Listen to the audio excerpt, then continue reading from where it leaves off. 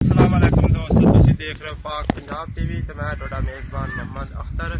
सब तो पहले साडे चैनल करो सबसक्राइब, नाल बैल आइकन दा बटन करो ओके ताकि साडी हर आने वाली वीडियो तुहाडे तक पहुंच सके। दोस्तों अज तुहाडे वास्ते एक असर छोटी दी वीडियो लैके हाजिर होए। उम्मीद करना तुहानू पसंद होएगी। कैमरामैन साहब जरा दिखाओ हुण कैमरा डार दी थोड़ा जा शाह छोटी कालियां अखां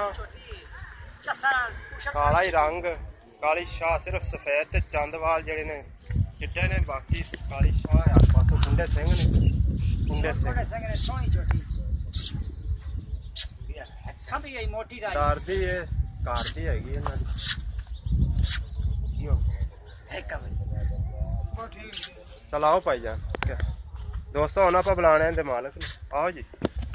अस्सलाम वालेकुम जी। वालेकुम सलाम। अच्छा दोस्तों पहला तो दसो भी कितने चिकन दी ये जी 2.5 साल दी 2.5 मतलब कि दोंदी इधर होनी ही होनी हुई।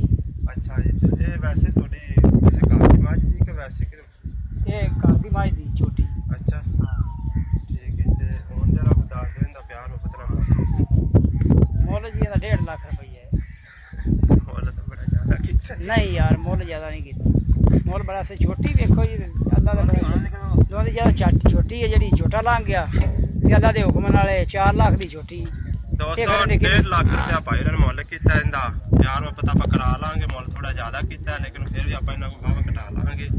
ते साडा नंबर लग्या है डिस्क्रिप्शन दे विच, उंदे नाल साडे नाल राबता कर सकदे। वैसे साडा नंबर आ गया 0304 3099 549। मिलना दोस्तों अगली वीडियो ते।